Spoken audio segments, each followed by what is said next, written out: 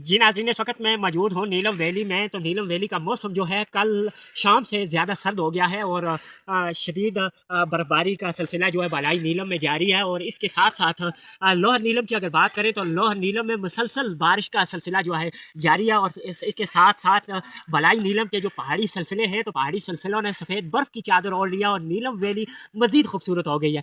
और इसके साथ साथ अगर आपको बताते जाएँ कि शराय नीलम की क्या सूरत हाल है, तो शराय नीलम की ये सूरत हाल है इस वक्त के शराय नीलम मुजफ्फराबाद से डिस्ट्रिक्ट हेडक्वार्टर अठमकाम और डिस्ट्रिक्ट हेडक्वार्टर अठमकाम से तहसील हेडक्वार्टर शारदा तक मुकम्मल हर किस्म की ट्रैफिक के लिए बहाल है। और जबकि केल से लेकर तवबट के लिए शराय नीलम फिल वक्त तो ख़तरनाक साबित हो सकती है। इस पर सफ़र करने से गुरेज करें। और अगर टूरिज़म की बात करें तो टूरिज़म जो है नीलम वैली आने के लिए कल से अगर शुरू हो जाए तो बेहतर रहेगा, क्योंकि आज का सफ़र जानलेवा साबित हो सकता है। क्योंकि नीलम वैली में अरसा दराज से मौसम जो है खुश्क था और मज़ीद अब जो दिन आ रहे हैं तो इनमें शदीद सर्दी हुई है। और इसके साथ साथ शराय नीलम जो है मज़ीद ख़तरनाक हो गई है। और शराय नीलम जो है इस वक्त शराय नीलम के मुख्तलिफ एरियाज़ में लैंड स्लाइडिंग का ख़तरा है। तो इस वजह से शराय नीलम पे सफ़र करने से गुरेज़ां किया जाए।